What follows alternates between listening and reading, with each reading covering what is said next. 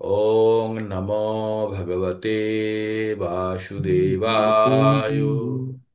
ॐ नमो भगवते वासुदेवाय। ॐ नमो भगवते वासुदेवाय। ॐ अज्ञानतिमिरान्धस्य ज्ञानाञ्जनशलाकया चक्षुरुन्मीलितं येन तस्मै শ্রীগুরুবে নমঃ। হরে কৃষ্ণা। প্রতিদিনের ন্যায় আজকেও ভগবদ গীতার আর একটি নতুন ক্লাস। আপনাদের সকলকে স্বাগত ক্লাসে। আপনারা সঙ্গে থাকেন বলে এই ক্লাসটি চলে, অথবা এই ক্লাসের কোনো মাহাত্ম্য নেই যদি ভক্তরা জয়েন না করে। আর আপনারা সকালবেলায় অনেক শীতের সময় এখন ঘুম থেকে ওঠা কঠিন, তো এত কঠিন পরিস্থিতি থাকতেও আপনারা যখন উৎসাহ নিয়ে যখন ভগবানের নাম গান ভগবানের কথা শুনতে প্রস্তুত থাকেন, তাহলে কি ভাবছেন এর কোনো ফল হবে না? এর এমন ফল হবে আপনাদের বিশ্বাসের অতীত, তাই না? তো আমরা ভগবদ গীতার ফল কি হবে সেটার থেকে বেশি ইন্টারেস্টেড আমরা কি জানতে পারছি, আমরা কি শিখতে পারছি, এবং আমরা আমাদের ব্যক্তিগত জীবনে কিভাবে আমরা ভগবদ গীতাকে প্রয়োগ করতে পারছি, সেটা বিশেষ গুরুত্বপূর্ণ। হুম। এবার আমরা যেটা করব, ভগবদ গীতার জ্ঞান আমরা অর্জন করার চেষ্টার জন্য অর্জুনের সাহায্য নেব। অর্জুন হচ্ছেন আমাদের প্রতিনিধি। অর্জুন আমাদের হয়ে ভগবানকে বিভিন্ন প্রশ্ন করছেন, আর ভগবান সেই প্রশ্নের উত্তরগুলো অর্জুনকে দিচ্ছেন। যদিও অর্জুন ভগবানের পরম ভক্ত, অর্জুন উত্তরগুলো পাওয়া সত্ত্বেও অর্জুন ইচ্ছা করেই এমন এমন প্রশ্ন করছেন যাতে সমগ্র মানব জাতি উপকৃত হয়। তাই ভগবদ গীতা যদিও অর্জুন এবং ভগবানের মধ্যে সংবাদ, তবুও জানবেন ওই কথাগুলি আমাদের মতো মূর্খদের জন্য আহ, অর্জুন বারবার জিজ্ঞেস করে ভগবানের কাছে ভগবান থেকে জানতে চেয়েছেন, আর ভগবান সেগুলি অর্জুনকে বলেছেন, আর অর্জুনের দ্বারা আমরা পাচ্ছি। ভগবদ গীতা থেকে আমরা 5টি বিষয় সম্বন্ধে জানতে পারি। বিষয়গুলি হচ্ছে ঈশ্বর, জীব, প্রকৃতি, সময় ও কর্ম। এই প্রথম 4টি, ঈশ্বর, জীব, প্রকৃতি এবং সময়, এটি ভগবানের সরাসরি নিয়ন্ত্রণাধীন। সেখানে মানুষের কিছু করার থাকে না। আর মানুষের যেখানে করার আছে সেটি হচ্ছে কর্ম। কর্ম 3 প্রকারের হয়: সকর্ম বা সকাম কর্ম, বিকর্ম, আর অকর্ম। কর্ম, আমরা যারা জীবিত, আমরা যারা প্রাণী আছি, জীব, তারা কর্ম ছাড়া আমরা কখনো জীবন ধারণ করতে পারবো না। তাই কর্ম অত্যন্ত গুরুত্বপূর্ণ। কিন্তু যে কোনো কর্মই আমাদের কাছে কিন্তু খুব মেপে জুপে করা উচিত, না হলে কি হবে, যে কর্মই আমরা করতে যাব সেটি হয় সকাম কর্ম, বিকর্ম অথবা অকর্মে পরিণত হবে। সাধারণ দৃষ্টিতে আমরা যেগুলোকে পুণ্য লাভের জন্য যে কর্মগুলো করি সেগুলিকে বলা হয় সকাম কর্ম। আর পাপ জাতীয়, পাপ উৎপন্ন করে তেমন কর্মকে বলা হয় বিকর্ম। আর যে কর্ম পাপ বা পুণ্য উৎপন্ন করে না তাকে বলা হয় অকর্ম। তাহলে আমাদের অকর্মের প্রয়োজন কি? আমাদের সকাম কর্ম করলেই তো হয়। সকাম কর্ম এবং বিকর্ম দুটো একই রকমের। সকাম কর্মের ফলে উৎপন্ন পুণ্য এবং বিকর্মের ফলে উৎপন্ন পাপ দুটোই কিন্তু মানব জাতিকে বেঁধে ফেলে। কিসে বেঁধে ফেলে? আমাদেরকে বেঁধে ফেলে কর্মের বন্ধনে বেঁধে ফেলে। কর্মের বন্ধনে যদি আমরা একবার বাঁধা পড়ে যাই, তাহলে আমাদেরকে পুনরায় কিন্তু এই জন্ম মৃত্যুর চক্করে বা ধরাধামে ফেরত আসতে হবে। তাই আমাদের অত্যন্ত সতর্কতার সঙ্গে প্রত্যেকটি কর্ম করা উচিত, যে কর্মগুলি যেন আমাদের কর্মের বন্ধনে না বাঁধতে পারে। তাহলে কর্মের বন্ধন থেকে মুক্ত আমাদের তো কর্ম করতেই হবে। আর কর্মের বন্ধন থেকে কিভাবে মুক্ত হওয়া যায়?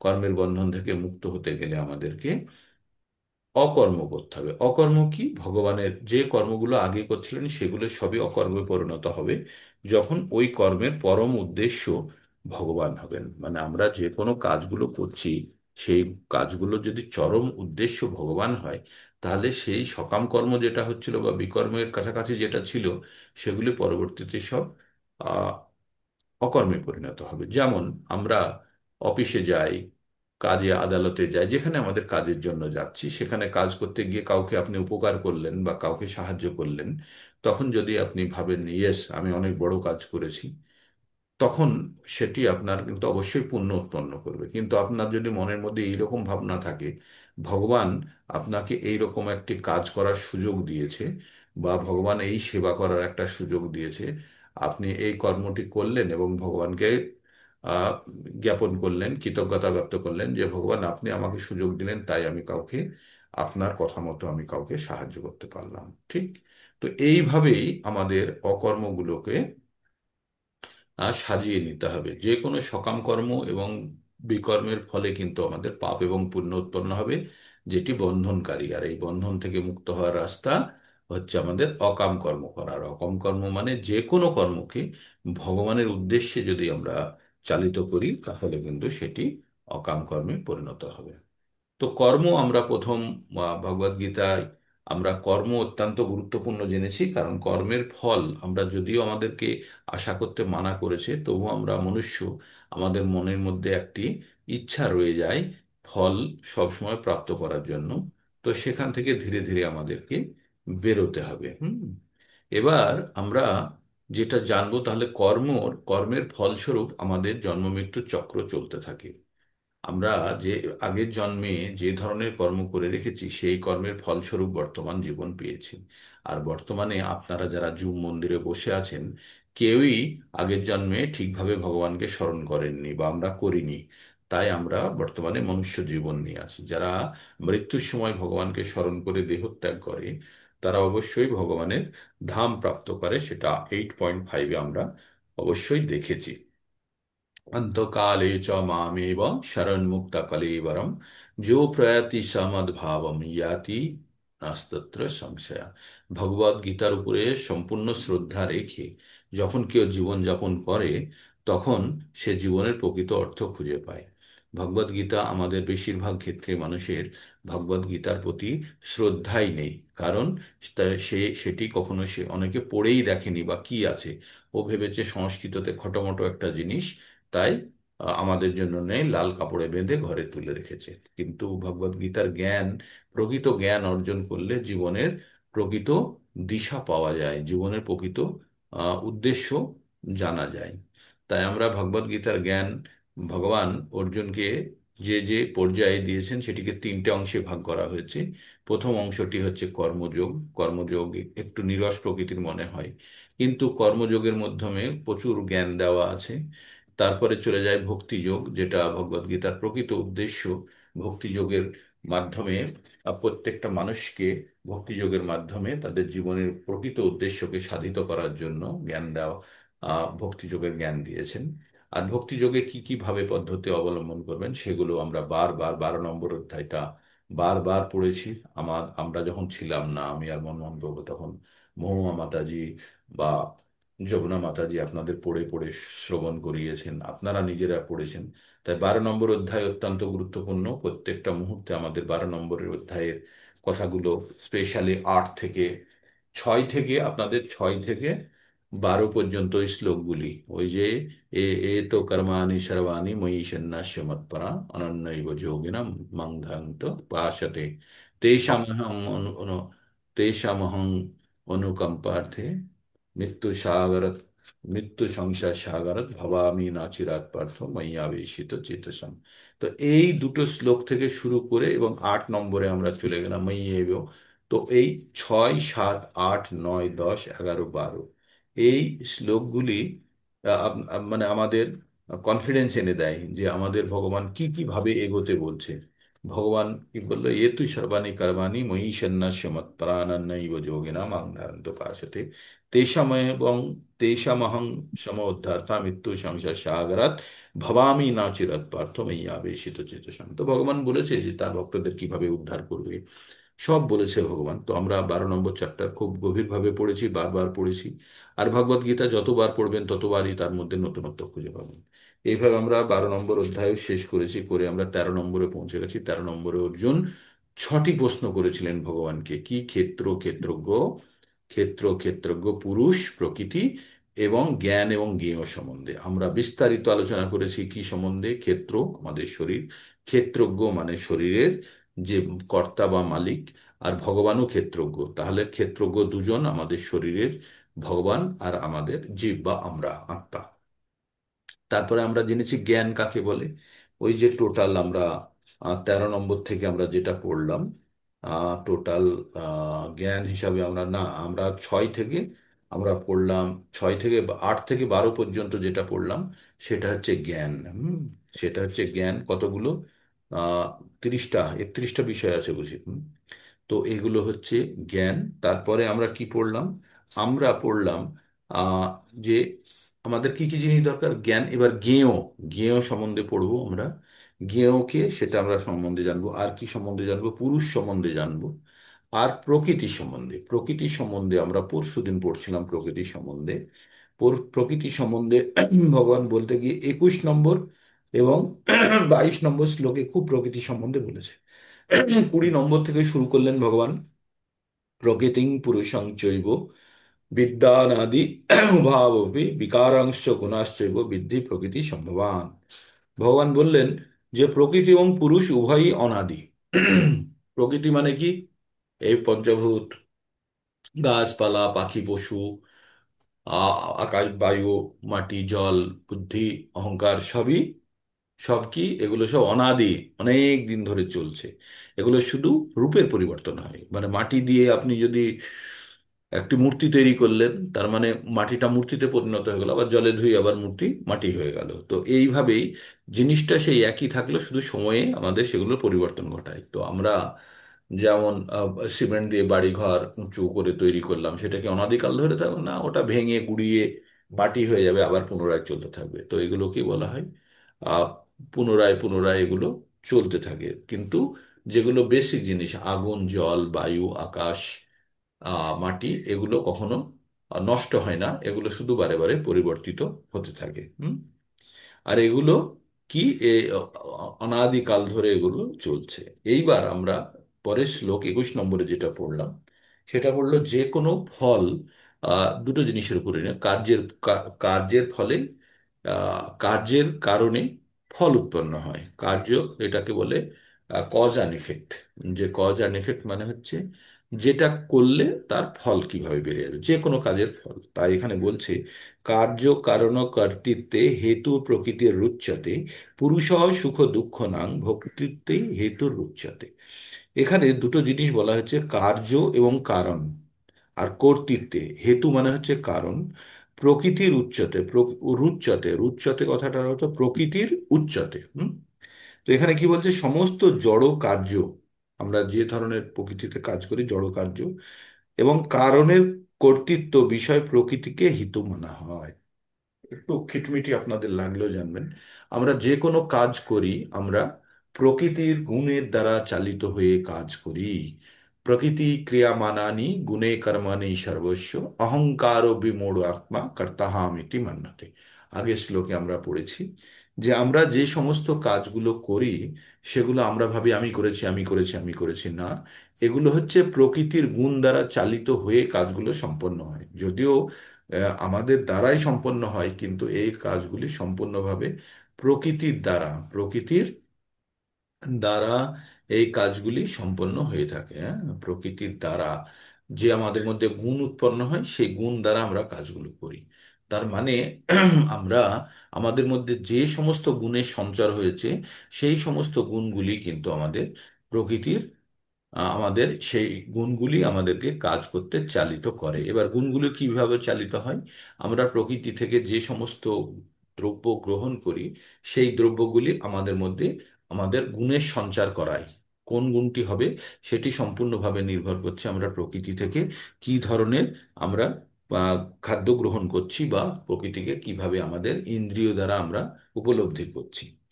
তো আমরা পরের 22 নম্বর শ্লোকে আমরা সেটাই পড়েছিলাম।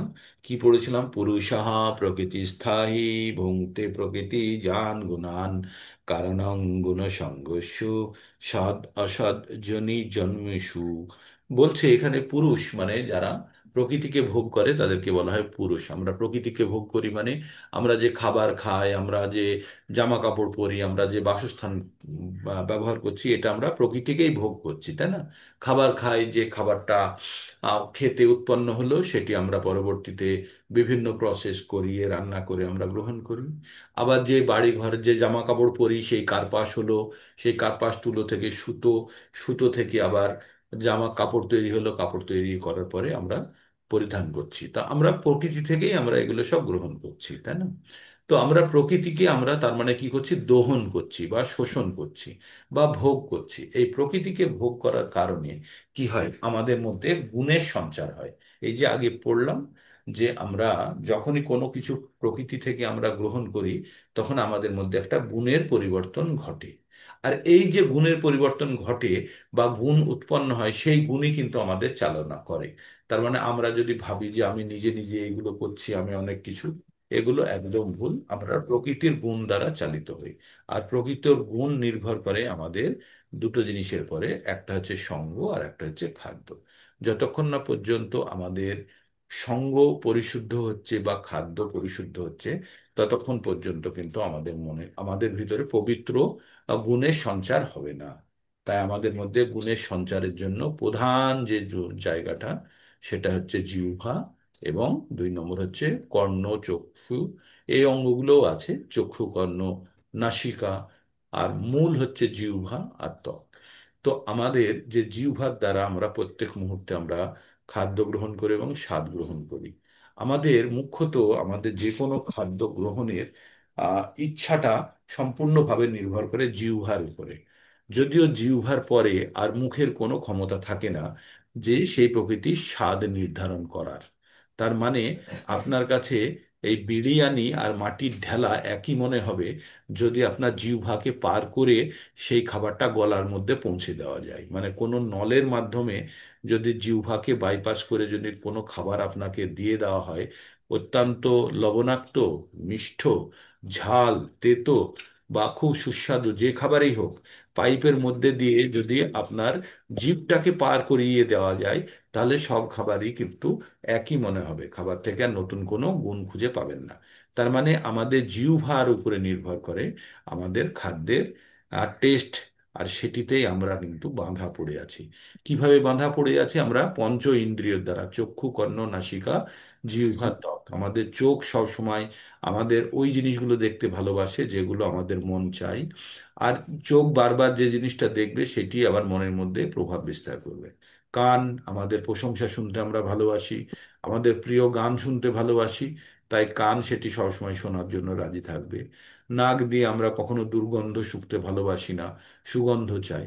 তো এইভাবেই আমাদের বিভিন্ন অঙ্গগুলোকে, আমাদের জ্ঞান ইন্দ্রিয়গুলোকে ব্যবহার করে আমরা প্রকৃতির সঙ্গে যোগাযোগ করি, এবং প্রকৃতির থেকে যে সমস্ত আহ, তথ্যগুলো আমাদের এই ইন্দ্রিয়গুলি সংগ্রহ করে, সেগুলি আমাদের মনের মধ্যে ইচ্ছা অনিচ্ছাগুলি তৈরি করে, আর যার দ্বারা চালিত হয়ে আমরা যে কোনো ধরনের কর্ম করতে প্রেরিত হই বা ইচ্ছা প্রকাশ করি, ঠিক? তো এই ছিল আমাদের প্রকৃতি। এটা গতদিনও আমি আলোচনা করছিলাম, পরশুদিনও আলোচনা করেছি আপনাদের সঙ্গে, হয়তো কিছু মাঝখানে মিস করে গেছেন। তো এই গল্পটার জন্য আপনাদের ওই কুকুরের গল্পটা আমরা বলেছি বারবার, যে আমাদের ভিতরে 3টে কুকুর আছে, সেই কুকুরগুলো সব সময় মারামারি করে, এবং যে জেতে সে আমাকে চালনা করে। এই 3টে কুকুরকে, এই 3টে কুকুর হচ্ছে সত, রজ আর তম। এরা 3জন সবসময় সংগ্রাম করছে। 14 নম্বর অধ্যায়ে গিয়ে আমরা আরো ভালোভাবে জানবো পরবর্তী অধ্যায়ে। এই 3টে গুণ আমাদের সব সময় নিজেদের মধ্যে এরা প্রাধান্য বিস্তার করার চেষ্টা করে, আর যে যেতে সেই আমাদেরকে চালনা করে। তার মানে আমি শতগুণে থাকবো না রজগুণে থাকবো না তমগুণে থাকবো, সেটা সম্পূর্ণ নির্ভর করে এই 3টে গুণের শক্তির উপরে। আর এই গুণের শক্তি কিভাবে নির্ধারিত হয়? কে, কোন কুকুরটি বেশি শক্তিশালী হবে, যে কুকুরটিকে সুন্দরভাবে যত্ন করা হবে, আহার দেওয়া হবে, সেই কুকুরটি। তার মানে আমরা যে ধরনের আহার গ্রহণ করব, সেই ধরনের কিন্তু আমাদের, সেই ধরনের আমাদের মধ্যে ইচ্ছা অনিচ্ছা জাগ্রত হবে। তাই আমাদের সব সময় আহার আমাদের যদি শুদ্ধিকরণ না হয়, তাহলে কিন্তু আমাদের ইচ্ছা কখনোই পরিশুদ্ধ হবে না। সেই জন্য আমাদেরকে প্রচন্ড আহ মানে থাকতে হবে, সতর্ক থাকতে হবে। এই শ্লোকটি আপনারা সকলে মুখস্থ করবেন। পুরুষঃ প্রকৃতিস্থহি ভুঙ্ক্তে প্রকৃতি জান গুণান কারণং গুণ সংগস্য সৎ অসৎজনি জন্মেষু। পরের লাইনে কি বলছে? কারণং গুণ সংগস্য। ওই যে আমরা গুণের সঞ্চার করলাম আমাদের মধ্যে, এই গুণ দ্বারা আমরা সমস্ত কার্যকলাপ করব। আর এই গুণই আমাদের নির্ধারণ করবে যে আমরা কি ধরনের জনি জন্মেষু, মানে পরবর্তী জীবন আমাদের কোথায় হবে। তো যারা ভগবত গীতা পঠন করেছে, যারা ভগবত গীতার জ্ঞান অর্জন করে ফেলেছে, আংশিক পূর্ণ যতখানি পেয়েছেন, এই যে আপনারা এই জ্ঞানটি পেলেন যে আমাদের পরবর্তী জীবনটা কেন আমাদের ডিস্টার্বড হয়, আমাদের কেন উচ্চ নিম্ন পশু পাখি বিভিন্ন ধরনের জনিতে আমাদের জন্ম কেন হয়, কারণ আমরা প্রকৃতিকে কে কিভাবে ভোগ করেছি তার উপরে নির্ভর করছে। আমরা প্রকৃতিকে কে কিভাবে ভোগ করেছি, আর তার ফলে আমাদের মধ্যে কি গুণের উৎপন্ন হয়েছে, কি গুণ সঞ্চার হয়েছে, সত, রজ না তম। আর সেই গুণ অনুযায়ী আমরা আমাদেরকে নিজেদেরকে চালনা করেছি, আর তারই ফলে আমাদের উচ্চ গতি বা নিম্ন গতি স্থির হয়। উচ্চ গতি মানে যে এই ভূলোকের উপরে কেউ যাবে, না ভূলোকের নিচে কেউ যাবে। আমরা বলি না 20 বছর 50 বছর আগে পৃথিবী বুঝি খুব ভালো ছিল, মানুষের এইরকম অনেক পৃথিবী পাবেন যখন এখনো অনেক ভালো রূপে আছে, সেগুলো সব উচ্চ লোক। মানে আজকের দিনে আমাদের পৃথিবীর যা দশা, হয়তো 100 বছর পরে আরো খারাপ হয়ে যাবে। কিন্তু এখনকার যে ভালো অবস্থা, অন্য গ্রহ লোকগুলিতে যেখানে ভগবানের কথা অনুযায়ী লক্ষ লক্ষ গ্রহ লোক আছে, লক্ষ লক্ষ, যেখানে মনুষ্য বাস করে বা মানুষের মতো জীবেরা বাস করে। তো মানুষের যে যেমন অবস্থায় আছে, সে যে কর্মগুলি করছে সেই কর্মের অনুসারে তাদের পরবর্তী জীবনগুলো সেই গ্রহলোকে স্থাপিত হবে। ঠিক। তো আমাদের কখনোই ভাবলে হবে না যে পৃথিবী একটাই মাত্র জায়গা, এখানেই বারে বারে। পৃথিবীর মতো হাজার হাজার গ্রহলোক আছে, হাজার হাজার। তো সেখানে মানুষেরা পুনরায় জন্মগ্রহণ করে, বিভিন্ন রূপে জন্মগ্রহণ করে, কখনো মানুষ রূপে জন্মগ্রহণ করে, কখনো পশু রূপে জন্মগ্রহণ করে। তো বিভিন্ন রূপে মানুষেরা সেখানে জন্মগ্রহণ করে। তাই আমাদেরকে জানতে হবে আমাদের পরবর্তী জীবনটা নির্ভর করছে একদম সম্পূর্ণরূপে বর্তমান জীবনের চাওয়া পাওয়া এবং কর্মের উপরে। তাই আপনাদের সবসময় সতর্ক হয়ে থাকতে হবে যে আমরা যদি জন্ম মৃত্যুর চক্রে পুনরায় যদি আসতে চাই, তাহলে বা আবদ্ধ হয়ে যাই, তাহলে কিন্তু আমরা জানি না আমাদের শেষ মুহূর্তের কি ইচ্ছা হবে। আর শেষ মুহূর্তের ইচ্ছাই কিন্তু অত্যন্ত মূল্যবান হয়ে আমাদেরকে সেই সমস্ত দিকে নিয়ে যাবে যেদিকে আমাদের ইচ্ছাগুলি ছিল, বা ইচ্ছাগুলিকে চরিতার্থ করার জন্য। এইবার ভগবান 23 নম্বর শ্লোকে কি বলছেন? উপদেষ্টা অনুমন্তা চ ভর্তা ভোক্তা মহেশ্বর পরমাত্মাতি চাভুক্ত দেহে অস্মিন পুরুষ পর। খুব গুরুত্বপূর্ণ কথা বলেছেন ভগবান। উপদেষ্টা অনুমন্তা চ ভর্তা ভোক্তা মহেশ্বর পরমাত্মা পরমাত্মেতি চা পুক্ত চাপুক্ত দেহে অস্মিন পুরুষ পর। ভগবান বললেন আমাদের যে শরীরের আমরা 3 নম্বর শ্লোকে কি পড়েছিলাম? ক্ষেত্রজ্ঞং চ অপি মাং বিদ্ধি সর্বক্ষেত্রেষু ভারত। ভগবান বলেছেন তো 3 নম্বরে যে এই যে ক্ষেত্র, আপনার যে যে শরীর, এই ক্ষেত্রের আর একজনও মালিক আছে, তার নাম কি? তিনি হচ্ছেন ঈশ্বর। ভগবান বলেছিলেন আমি ও প্রত্যেকের ক্ষেত্রের মালিক, বলেছিলেন তো। তো হুম। আমাদের এই যে শরীর, এই শরীরের প্রকৃত মালিককে আমি, আর আমার ছাড়াও আর একজন এই শরীরকে জানে, সে জানে কে? ঈশ্বর। কারণ ঈশ্বর নিজেই বলেছে ক্ষেত্রজ্ঞ, মানে এই শরীরকে যে জানে তাকে বলা হয় ক্ষেত্রজ্ঞ। তো বলছে এই শরীরকে তিনিও জানেন। কিভাবে জানেন তিনি? এই শরীরের মধ্যে না থাকলে কিভাবে জানেন? সেই কথাটি এখন বলছে। 3 নম্বরে যেটা বলেছিলেন তারই এক্সটেনশন এবার 23 নম্বরে চলে এসেছে। কি বলছে? উপদেষ্টা অনুমন্তা চ, মানে উপদেশ দেয় এবং অনুমতি দেয় কে? আমাদেরকে উপদেশ দেয় এবং অনুমতি দেয় কে? ঈশ্বর। কোথায় থেকে? আর ভর্তা ভোক্তা মহেশ্বর, সে সে ভোক্তা ভর্তা মহেশ্বর, তিনি হচ্ছেন দেহে আরেকজন। তাকে কি বলা হয়? ভোক্তা বলা হয়। তাকে বলা হয় ভর্তা, ভর্তা মানে হচ্ছে গতি। আর কি বলা হয়? আর বলা হয় মহেশ্বর। এবং তাকে পরমাত্মাও বলা হয়। সে কোথায় থাকে? আমাদের দেহের মধ্যে থাকে। তো তাই বলছে উপদেষ্টা অনুমন্তা চ ভর্তা ভোক্তা মহেশ্বর পরমাত্মেতি চাপ উক্ত দেহে অস্মিন, মানে এই দেহের মধ্যেই আছে। পুরুষও পর। আমাদের এই শরীর ছাড়াও আর একজন পুরুষ আছে আমাদের দেহের মধ্যে। তিনি কে? তিনি হচ্ছেন পরম পুরুষ। আর তিনি হচ্ছেন উপদেষ্টা, আমাদেরকে বুদ্ধি দেন, আমাদেরকে কি করেন, অনুমতি দেন। আমরা যে কোনো কাজ যখন করি তখন আমাদের পরমাত্মা রূপে যে আমাদের হৃদয়ের মধ্যে বসে আছেন, আত্মার পাশে যিনি বসে আছেন, তিনি কিন্তু অনুমতি দেন, তবে আমরা কাজ করতে পারি। তার মানে আমরা যে কোনো কাজ করি সেগুলি ঈশ্বরের অনুমোদন দ্বারা, যে পরমাত্মা রূপে আমাদের মধ্যে বসে আছে। এবার তাহলে আপনারা বলতে পারেন যে ঈশ্বরই যদি থাকে তাহলে আমাদেরকে দিয়ে খারাপ কাজ করাই কেন?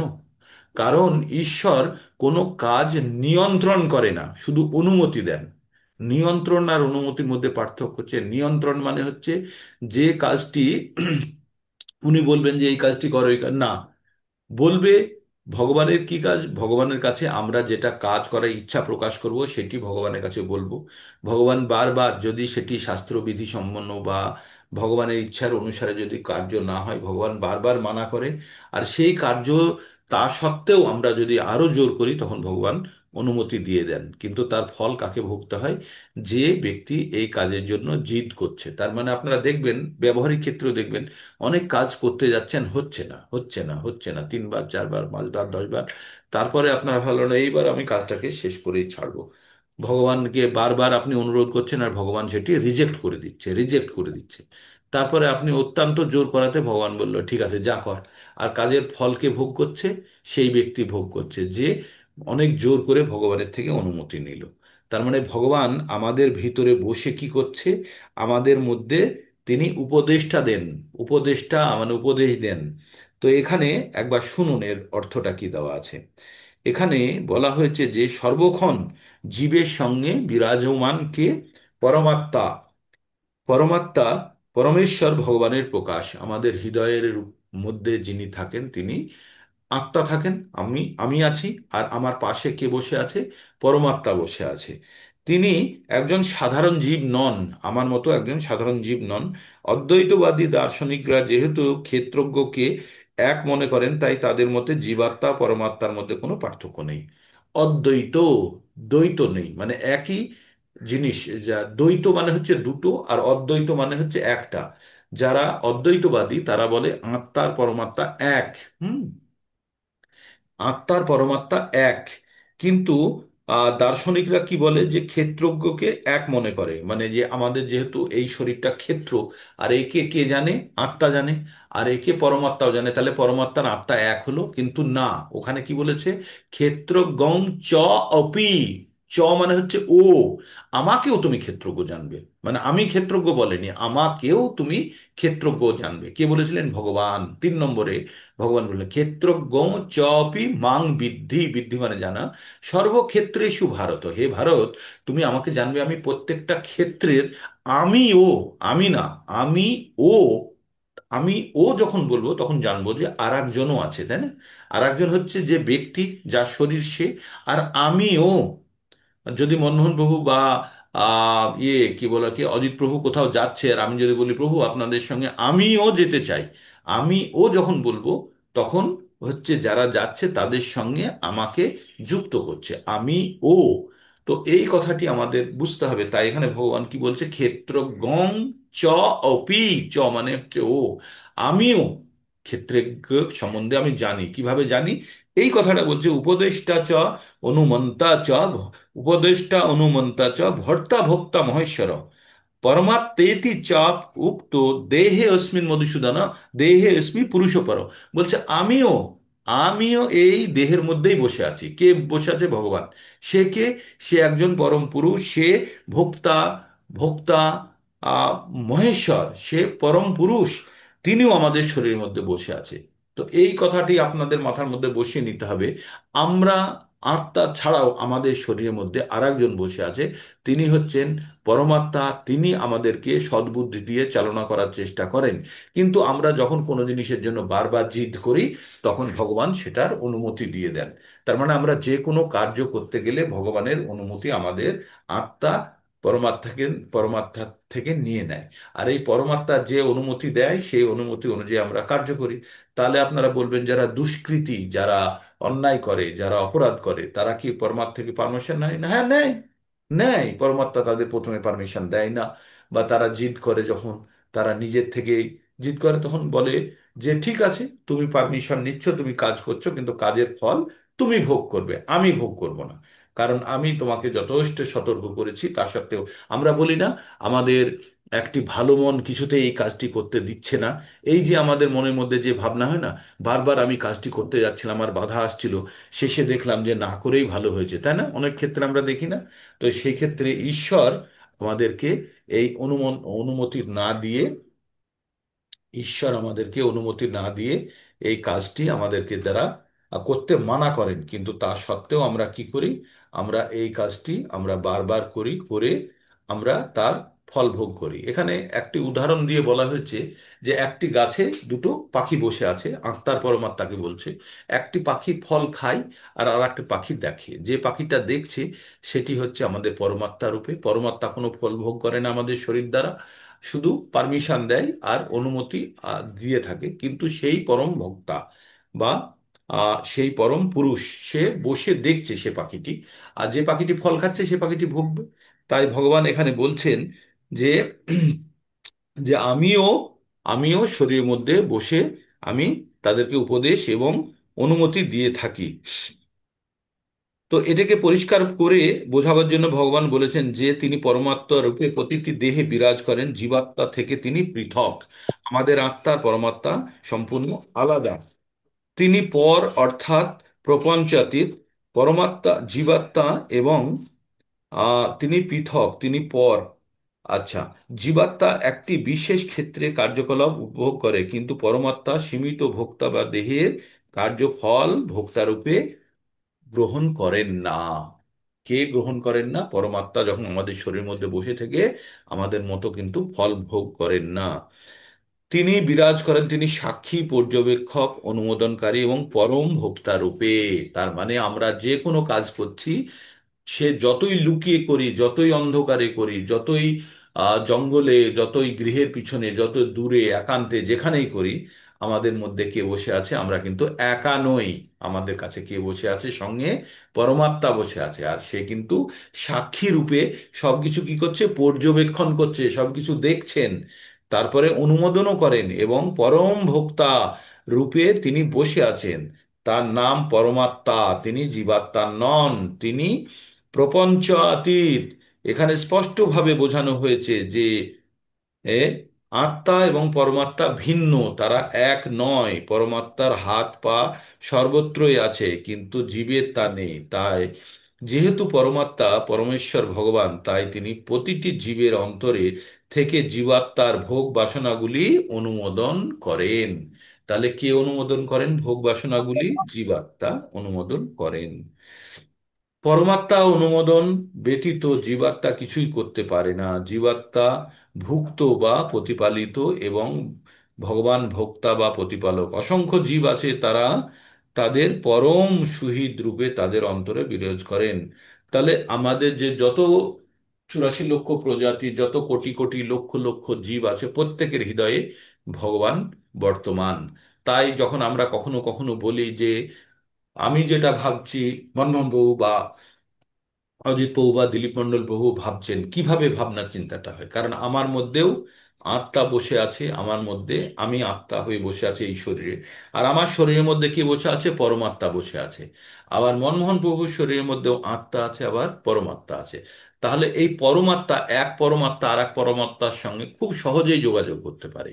তাহলে আমার শরীরে যে পরমাত্মা আর মনমোহন প্রভুর শরীরে পরমাত্মা একজন আর একজনকে জানে।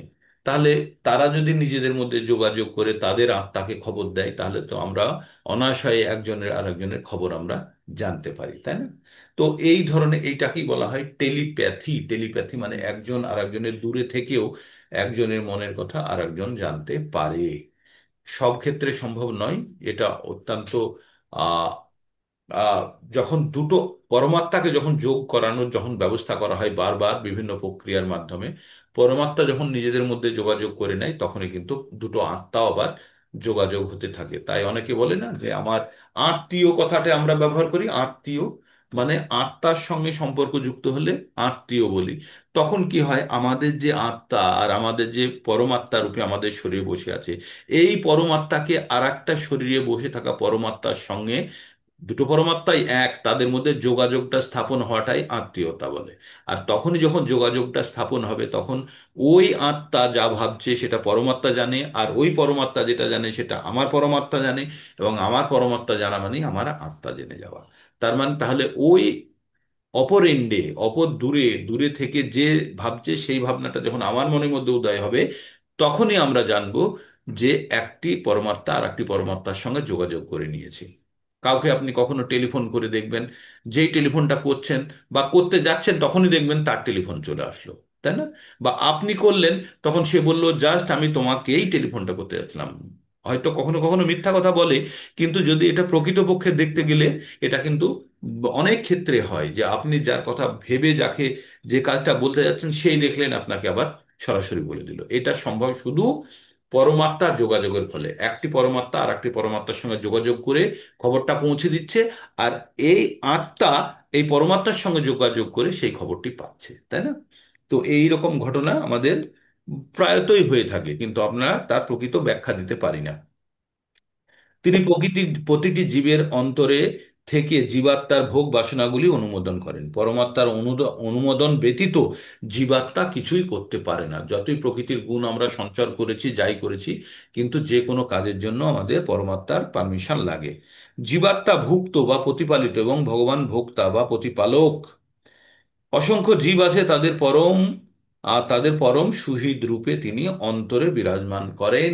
এই যে জীবের মধ্যে ভগবান আমাদের এখানে বসে আছে, তাহলে আমরা যদি আমাদের শরীরকে কষ্ট দিই, তাহলে কি আমাদের পরমাত্মা কষ্ট পাবে না? তার কোনো অসুবিধা নেই, সে ভোগও করে না, সে সে কষ্টও পায় না, বা সে কাজও করে না, সে ভোগও করে না, সে কষ্টও পায় না। কিন্তু আত্মা, আত্মা যে আছে পরমাত্মা থেকে যে পারমিশন নেয়, সে কিন্তু যেমন কাজ করে তেমন সে ফল ভোগ করে। হুম।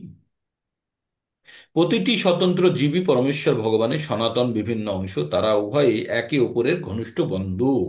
আত্মা পরমাত্মা ঘনিষ্ঠ বন্ধু, কিন্তু জীবের মধ্যে ভগবানের অনুমোদন প্রত্যাখ্যান করার প্রবণতা রয়েছে, এবং স্বাধীনভাবে সে জড় প্রকৃতির উপর আধিপত্য পূর্বক কর্ম করার বাসনা করে। যেহেতু এই প্রবণতা রয়েছে, তাই তাকে বলা হয় পরমেশ্বরের তথস্থা শক্তি। জীব ভগবানের জড় শক্তি এবং পরাশক্তিতে অবস্থান করতে পারে। এই গায়ে কথা চাদর দিবেন, আমাদের গায়ে চাদর আমরা দিবেন, পড়েছি, চাদরে অনেকেই ঠান্ডা পড়েছি, টানে। যে আমরা জীব যারা, আমাদের মধ্যে দুটো শক্তি আছে। কি শক্তি? একটা হচ্ছে আমাদের অন্তরঙ্গা শক্তি, ভগবানের অন্তরঙ্গা শক্তি দিয়ে তৈরি, তখন আমরা আধ্যাত্মিক চেতনায় যুক্ত। আর যখন বহিরাঙ্গ চেতনার দ্বারা, শক্তির দ্বারা আমরা যখন চালিত, তখন আমরা হচ্ছি জড় জগতের মধ্যে ব্যস্ত। তাহলে আমাদের আত্মা হচ্ছে অন্তরঙ্গা শক্তি, আর বহিরঙ্গা, ভগবানের বহিরঙ্গা শক্তি হচ্ছে জড় প্রকৃতির দ্বারা আমাদের শরীর তৈরি। তার মানে আমাদের মধ্যে অন্তরঙ্গা শক্তিও আছে, জড় প্রকৃতিও আছে। এই দুটোর যখন মিশ্রণ হয়, তখন আমরা একটি সম্পূর্ণ মানব রূপে প্রতিপন্ন হয়ে থাকি। তাই আমাদের মধ্যে যখন আমরা আত্মার দ্বারা চালিত হয়ে যখন আমরা আধ্যাত্মিকতার দিকে যাই, তখন আমরা হচ্ছি, তখন কি, তখন হচ্ছি আমরা আহ আধ্যাত্মিকতার দিকে যাচ্ছি। তখন আমরা বেশিরটাই আমরা পরমাত্মার কথা শুনে, বা আত্মার সঙ্গে, পরমাত্মার সঙ্গে যুক্ত হওয়ার প্রচেষ্টা। কিন্তু যখন আমাদের ইন্দ্রিয় তৃপ্তি বা আমরা বাহ্যিক জড়জগতের আমাদের ইচ্ছাকে চরিতার্থ করার জন্য যে কার্যগুলি করি, সেই কাজগুলি কি হয়? সেই কাজগুলি আমাদের জড়জগতের সঙ্গে যুক্ত করে রাখা, বহিরাঙ্গার সঙ্গে যুক্ত করে রাখা। তার মানে আমরা ইচ্ছা করলে অন্তরঙ্গা শক্তির দিকেও যেতে পারি, চিন্ময় জগতের দিকেও যেতে পারি, আবার বহির্বিশ্বে, এই বিশ্বে জড়জগতের মধ্যেও থাকতে পারি। সেই জন্য আমাদের জীবকে বলা হয় ততস্থ শক্তি। তট, তট মানে যেখানে জল আর ডাঙা যেখানে মিশছে, সমুদ্রের বা নদীর, সেই জায়গাটাকে বলা হয় তট। তো আমরা তটে আছি। তট মানে হচ্ছে ডাঙার দিকে যাওয়া, মানে জানবেন যে জড়জগতে যাচ্ছে না, জলের দিকে যাওয়া মানে জানবেন আধ্যাত্মিকতার দিকে যাচ্ছি। তার মানে আমরা যে তটে আছে, সে ইচ্ছা করলে জড়ের দিকেও যেতে পারে, ইচ্ছা করলে ডাঙার দিকেও যেতে পারে, ইচ্ছা করলে জলের দিকেও যেতে পারে। তেমনি আমরা ইচ্ছা করলে আধ্যাত্মিকতার দিকেও যেতে পারি। আমরা কোন দিকে যেতে পারি? আমরা জড় জগতের ভোগ বিলাসের জন্য যেতে পারি। আবার কখনো দুটোই করি, কখনো এদিকেও করছি, ওদিকেও করছি, তাই না? সেই জন্য আমাদেরকে কি বলা হয়? তটস্থ শক্তি, ভগবানের তটস্থ শক্তির আমরা প্রকাশ। হুম। জীব ও জড়, জীব ভগবানের জড় শক্তি আর তার শক্তিতে অবস্থান করে। যখন সে শক্তির বন্ধনে আবদ্ধ হয়ে পড়ে তখন পরমেশ্বর ভগবান তাকে পরা প্রকৃতিতে ফিরিয়ে আনার জন্য তার পরম বন্ধু রূপে পরমাত্মার সঙ্গে যুক্ত হয়ে থাকেন।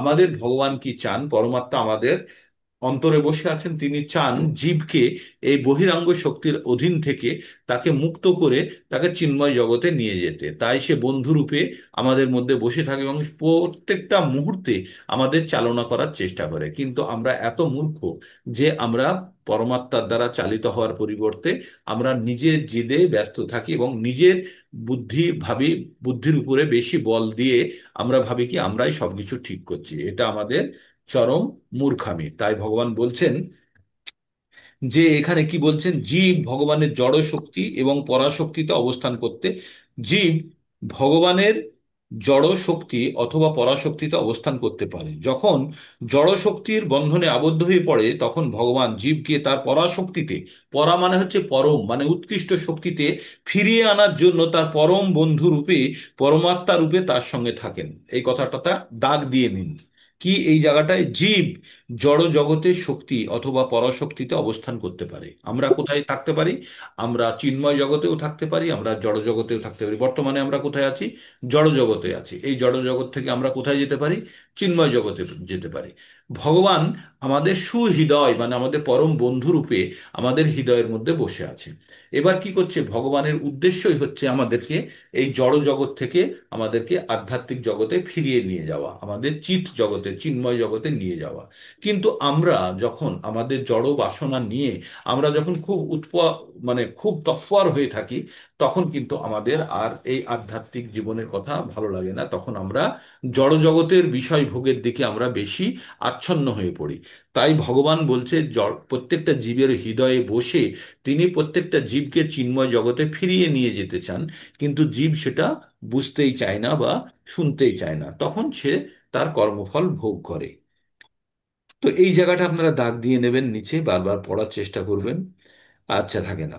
ভগবান জীবকে পরা প্রকৃতিতে নিয়ে যাওয়ার জন্য সর্বদাই উদগ্রীব, কিন্তু জীব তার ক্ষুদ্র স্বাতন্ত্র্যের প্রভাবে মানে স্বাতন্ত্র্য মানে হচ্ছে স্বাধীনতা, ক্ষুদ্র স্বাতন্ত্রতার প্রভাবে প্রতিনিয়ত পরম চিন্ময় জ্যোতিষ্র ভগবানের সঙ্গ প্রত্যাখ্যান করছে।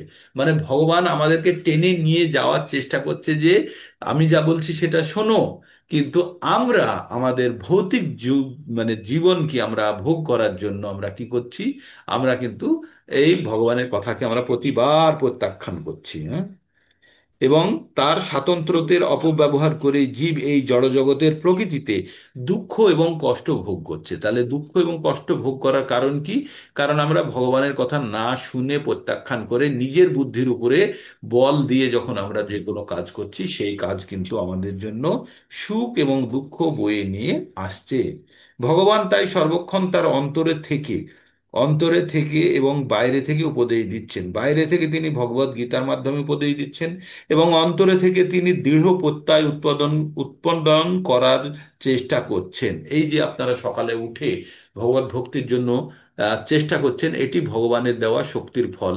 আর ভগবানের দেওয়া এই ইচ্ছাটাকে যখন আপনারা সঠিকভাবে ব্যবহার করছেন তখন ভগবত ভক্তির জন্য, আর যদি এটাকে আমরা যদি সঠিকভাবে ইচ্ছা না ব্যবহার না করি তাহলে কিন্তু আমরা জড়জাগতিক ভোগ বিষয়ের দিকে আকৃষ্ট হয়ে আমরা কিন্তু আরো দূরে চলে যাব ভগবানের দেওয়া আর নির্দেশ থেকে। তাই ভগবান বলছেন যে বাইরে থেকে ভগবত গীতার মাধ্যমে উপদেশ দিচ্ছেন এবং অন্তরে থেকে তিনি দৃঢ় প্রত্যয় মানে আমাদের মনকে শক্ত করার চেষ্টা করছেন, চেষ্টা করিয়ে এই দৃঢ় প্রত্যয় উৎপাদন করার চেষ্টা করছেন। এই জড়জগতে তার কোনো কৃতকর্ম প্রকৃত আনন্দ লাভের উপযোগী নয়। আমরা জড় জগতে, এই জগতে যে সমস্ত কাজ করি, কোনো কাজই আমাদের প্রকৃত আনন্দ দিতে পারে না। আনন্দ হচ্ছে কার? আমরা তিনটে জিনিস আগেও বলেছি, তিনটে জিনিস। একটি জিনিস হচ্ছে আমাদের সুখ, একটি হচ্ছে শান্তি, আর একটা হচ্ছে আনন্দ। সুখ, শান্তি আর আনন্দকে আমরা তিনটেকে সবসময় মিশিয়ে ফেলি। সুখ হচ্ছে কি? আমাদের দৈহিক শারীরিক যে আহ অনুভূতি, শারীরিক যে ভালো লাগার অনুভূতি, তাকে বলা হয় সুখ। সুখ খুব ক্ষণিকের জন্য স্থায়ী থাকে। তারপরে শান্তি, শান্তি মানে হচ্ছে মন থেকে হয়। তাহলে সুখ হলো দৈহিক আর শান্তি হলো মানসিক। মন যখন কোনো জিনিস দ্বারা বিচলিত হয় না তখন মনকে বলা হয় শান্ত। শান্তি বলে কিছু নেই, অশান্তির অভাবকেই শান্তি বলে। যখন মনকে বিচলিত করার কিছু থাকে না, তখনই মন শান্ত। যেমন পুকুরের বা নদীর জলে যখন ঢেউ থাকে না, তখন জলকে কি বলা হয়? শান্ত বা স্থির। তেমনি আমাদের মনের মধ্যে যখনই কোনো ঢেউ থাকে না, মনের মধ্যে যখনই কোনো আন্দোলন করে না, মনকে যখন বিচলিত করে না, তখন তাকে বলা হয় শান্ত। তাহলে মনের হলো শান্তি, শরীরে হলো সুখ, আর আনন্দ হচ্ছে আত্মার। তাই আনন্দ আমরা যেটাকে বলি না, প্রচন্ড আনন্দ পেয়েছি, বেশিরভাগই সেগুলো সুখ বা শান্তির জায়গাতে থাকে। আনন্দ একটি স্পাইকের মতো চলে আসে, মানে একবার আসলো, এসে মন থেকে চলে গেল। আনন্দ, প্রকৃত আনন্দ যদি কেউ পেতে পারে, তাহলে কিন্তু সেটি অনেকক্ষণ স্থায়ী থাকতে পারে। সুখ ক্ষণিকের, শান্তি আর একটু বেশি, আর আনন্দ দীর্ঘকাল থাকতে পারে। তাহলে প্রকৃত আনন্দ যখন ভগবানের সান্নিধ্য উপলব্ধি করা যায়, তখনই প্রকৃত আনন্দ পাওয়া যায়। আর বাকি জিনিসগুলোকে, যেগুলোকে আনন্দ বলি আমরা, কোনোটি আনন্দ নয়, সেগুলো সুখ এবং শান্তির মধ্যে সীমাবদ্ধ। তাই বলেছে ভগবান, এই জড়জগতে তার কোনো কার্য বা প্রকৃত আনন্দ লাভের পক্ষে উপযোগী নয়। তিনি এই সব কিনি, মানে ভগবান, তিনি এই সব পরিত্যাগ করে ভগবানের প্রতি বিশ্বাসভাজন হও বলছেন ভগবান, তাহলে তুমি সুখী। ভগবান বলছেন যে এই জড়জাগতিক যত কিছু তুমি কাজের মধ্যে যুক্ত আছো, এই কাজ কিন্তু তোমাকে কখনোই পরম শান্তি বা সুখ বা আনন্দ দিতে পারবে না। সুখ শান্তি কিছুটা দিতে পারলেও আনন্দ কিছুতেই দিতে পারবে না। তাই তুমি এইভাবে বুদ্ধিমান, তাই বলছে তুমি এই সব কিছু পরিত্যাগ করে আমার প্রতি বিশ্বাসভাজন হও, ভগবানের প্রতি চরম বিশ্বাস রাখতে হবে, তাহলে তুমি সুখী হতে পারবে। এইভাবেই বুদ্ধিমান ব্যক্তি পরমাত্মা এবং পরমেশ্বর ভগবানের প্রতি বিশ্বাস স্থাপন করে সচ্চিদানন্দময় জীবনের দিকে অগ্রসর হতে পারে। সৎ চিত আনন্দ, আমাদের আত্মার প্রকৃতি কি? সৎ, চিত এবং আনন্দ। সৎ মানে হচ্ছে আত্মার প্রকৃতি সর্বদা থাকবে, আছে, থাকবে। চিত মানে হচ্ছে জ্ঞানে পরিপূর্ণ, আর আনন্দ মানে হচ্ছে আনন্দময়। তো এটি হচ্ছে আত্মার প্রকৃতি। আত্মা কখনো দুঃখ কষ্ট চায় না, আত্মা সবসময় আনন্দ চায়, তাই না? কিন্তু আনন্দ দেওয়ার মতো পরিস্থিতি আমরা তৈরি করি না। আমরা কি করি? ভৌতিক ভোগের মাধ্যমে আনন্দ এবং কষ্ট মানে সুখ এবং দুঃখ তৈরি করি, আর সেটি আমাদের শরীরকে ভোগ করতে হয়। যখন সুখ হয় তখন কিছুক্ষণ আমরা উপলব্ধি করি, কষ্ট হলেও আমরা সেটিকে, আমাদেরকে উপলব্ধি বা ভোগ করতে হয়। এই ছিল 23 নম্বর। 22, 21, 22, 23 অত্যন্ত গুরুত্বপূর্ণ। 22, 23 বিশেষভাবে গুরুত্বপূর্ণ, তাই আপনাদের প্রত্যেকটা লাইন বাই লাইন পড়ে আপনাদেরকে শোনানোর চেষ্টা করলাম। তো এইভাবে আমরা ভগবদ গীতার জ্ঞান আমরা অর্জন করতে থাকবো। এই চ্যাপ্টারটা আর বেশি নেই, এই চ্যাপ্টারে আপনার আহ, কতগুলো শ্লোক আছে? 35টা।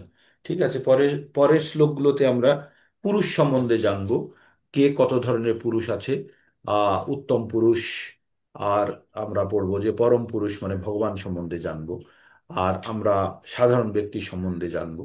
এটি ভগবান আবার বলবে। হ্যাঁ। তো আমরা তাহলে আমরা যে জিনিসটা জানলাম সেটি আপনাদের একবার মনে করে দিই। প্রকৃতির থেকে যে ধরনের আমরা গুণ, আমরা খাদ্য গ্রহণ করি বা প্রকৃতিকে যেভাবে আমরা দহন শোষণ করি, সেটি আমাদের গুণের সঞ্চার করে। আর এই গুণই আমাদেরকে উচ্চ গতি বা নিম্ন গতি দিয়ে থাকে। আর কি পড়লাম? আমরা পড়লাম যে ভগবান আমাদের প্রত্যেকের হৃদয়ের ভিতরে পরমাত্মা রূপে বর্তমান, এবং তিনি আমাদেরকে চালনা করেন বিভিন্ন বিভিন্ন কাজের জন্য, আমাদেরকে চালনা করে। তো আমাদের এটা জানতে হবে যে আমরা ভালো মন্দ যেটাই করছি সেটা কিন্তু ভগবানের দ্বারা চালিত হয়ে। তাই বলে ভগবান আমাকে বলে না যে খারাপ কাজ, আমাদের প্রত্যেকটা কাজ চালিত হই না, আমরা অনুমতি নিই কার থেকে? ভগবানের থেকে, যে আমাদের হৃদয়ে পরমাত্মা রূপে বসে আছে। আর এই পরমাত্মাই আমাদেরকে কোনো কাজ করতে কখনো কখনো বাধা দেয়।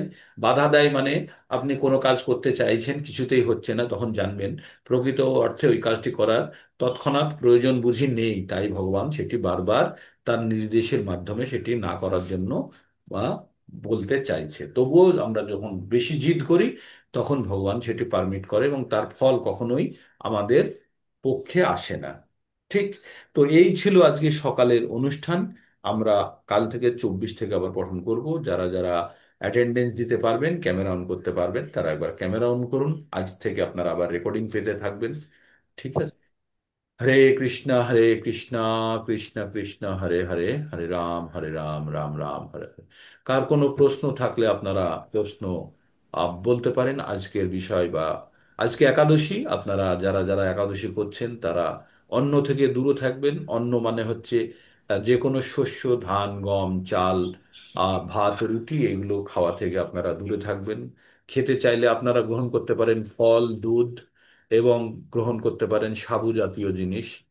আর শরীরকে কষ্ট দিয়ে নয়, তবে আপনাদেরকে জানতে হবে যে আমরা যে কোনো আমরা কার্য করি, যে কোনো আমরা ভগবানের সম্বন্ধে, ভগবানের উদ্দেশ্যে আমরা যে তপস্যা, এই একাদশী হচ্ছে এক ধরনের তপস্যা। তাই এই তপস্যা আমরা যেন ঠিকভাবে আহ ভগবানের উপবাস, কথাটির হচ্ছে উপ মানে হচ্ছে কাছাকাছি, আর বাস তার মানে আজকের দিনে আমরা বেশিরভাগই চেষ্টা করব ভগবানের কাছাকাছি থাকা, ভগবানের বেশি বেশি নাম জপ করব, ভগবানের বেশি বেশি কথা শুনবো, ভগবানের বেশি বেশি কথা বলবো। তার মাধ্যমে আমরা ভগবানের কাছে থাকার চেষ্টা করব। হরে কৃষ্ণ, হরে কৃষ্ণ, হরে কৃষ্ণ কৃষ্ণ হরে হরে, হরে কৃষ্ণ। রাম, হরে রাম, এবার রাম রাম, হরে হরে। তো এই ছিল আজকের মঙ্গল সকালের অনুষ্ঠান। আপনাদের কারো কিছু প্রশ্ন থাকলে জিজ্ঞেস করতে পারেন। প্রভু, ভগবানের প্রসাদ খাওয়া যাবে? ভগবানের কি প্রসাদ? জগন্নাথের প্রসাদ, জগন্নাথ, আমি পুরীতে আছি। পুরীতে আছে জগন্নাথের, ওখানে ইয়ে হয় না, একাদশী হয় না, ওখানে আপনি জগন্নাথের প্রসাদ নিতে পারেন, ঠিক আছে। হ্যাঁ, সেটাই জিজ্ঞেস করছি। জগন্নাথের প্রসাদ পারমিটেড, জগন্নাথের ওখানে কোনো একাদশী নেই, সেখানে জগন্নাথের প্রসাদ নিতে পারেন, ঠিক আছে, অসুবিধা নেই। আর কারো কিছু? চেষ্টা করে দেখুন একবার, কখনো কখনো শরীরকে উপবাস দিলে শরীরের ভিতরে ইঞ্জিনটাও হালকা হয়, এবং ভগবানেরও আহ, প্রতি কিছু আপনাদের মনের মধ্যে থাকা যে ভগবানের জন্য আমি তপস্যা করছি, এইটাই ভেবে নেন ভগবানের জন্য উপোস করছি। হ্যাঁ, এইটা একবার ভেবে উপোস করুন। ঠিক আছে, হরে কৃষ্ণ।